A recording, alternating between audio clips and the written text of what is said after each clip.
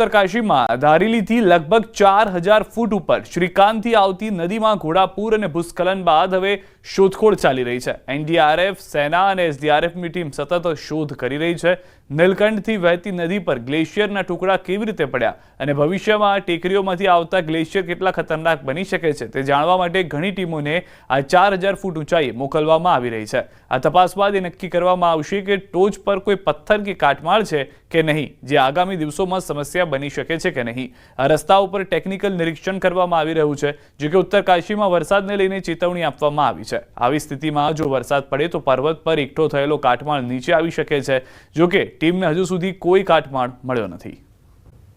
મહત્વના સમાચાર, કિશતવાડમાં વાદળ ફાટતા ભારે તબાહી જોવા મળી રહી છે। તબાહીમાં 12 લોકોના મોત થયા છે, 17 લોકો ઘાયલ થયા છે, 60 લોકો લાપતા છે। મચેલ માતા યાત્રા માર્ગ પરની ઘટના છે। વાદળ ફાટવાની ઘટના બાદ યાત્રા રોકી દેવામાં આવી છે। ચશોટી ગામમાં ધાર્મિક યાત્રામાં આવેલા અનેક લોકો તણાઈ ગયા છે। એસડીઆરએફની ટીમ સાથે યાત્રીઓ પર રેસ્ક્યુમાં જોડાયા છે। મોતનો આંક હજુ સુધી વધવાની આશંકા સેવવામાં આવી રહી છે। તંત્ર દ્વારા રાહત અને બચાવની કામગીરી ચાલુ કરી દેવામાં આવી છે।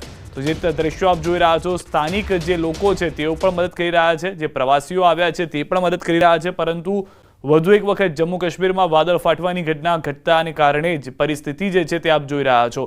દ્રશ્યો એટલા ભયાવહ છે કારણ કે ભારે વરસાદ થવાને કારણે મોટાભાગના વિસ્તારની અંદર ધોવાણ થઈ ગયું છે। જે યાત્રીઓ આવ્યા હતા દર્શન માટે મચેલ માતાના, ત્યાં યાત્રીઓ તણાયા હોવાની જાણકારી છે। અત્યારના મોતનો આંકડો 10થી વધુ જણાવવામાં આવી રહ્યો છે, પરંતુ આ આંકડો હજી પણ વધી શકે છે। જે લોકો હજી લાપતા છે તેનો આંકડો 60થી પણ વધારે છે, એટલે એ લોકોને પણ શોધવામાં આવશે। કેટલાક લોકોએ પોતાની આંખની સામે તણાતા જોયા છે, અન્ય લોકોને હાલમાં જે દ્રશ્યો જોઈ રહ્યા છો, મકાનો હતા ન હતા થઈ ગયા છે। કેટલાક સ્ટે હાઉસ હતા, કેટલાક રેસ્ટ હાઉસ હતા, એ તમામ જે મકાનો છે તેને અસર થઈ છે। આસપાસમાં કેટલીક ગાડીઓ જે પાર્ક કરેલી હતી ત્યાં આગળ તે પણ તણાઈ ગઈ હોવાની જાણકારી છે। તો જમ્મુ કાશ્મીરના દ્રશ્યો મેં આપને બતાવી રહ્યા છે। એસડીઆરએફની ટીમે રેસ્ક્યુ ઓપરેશન હાથ ધર્યું છે।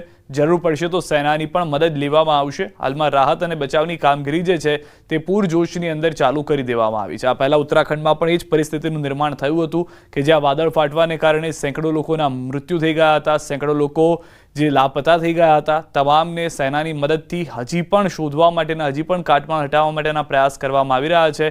તો બીજી તરફ કિશતવાડની અંદરથી આ સમાચાર મળી રહ્યા છે કે જ્યાં આગળ એસડીઆરએફની ટીમ હાલમાં રેસ્ક્યુ કરી રહી છે। જે સામાનની જરૂર છે તમામ રેસ્ક્યુનો સામાન આપ જો જીપમાં લઈને જવામાં પણ આવી રહ્યો છે।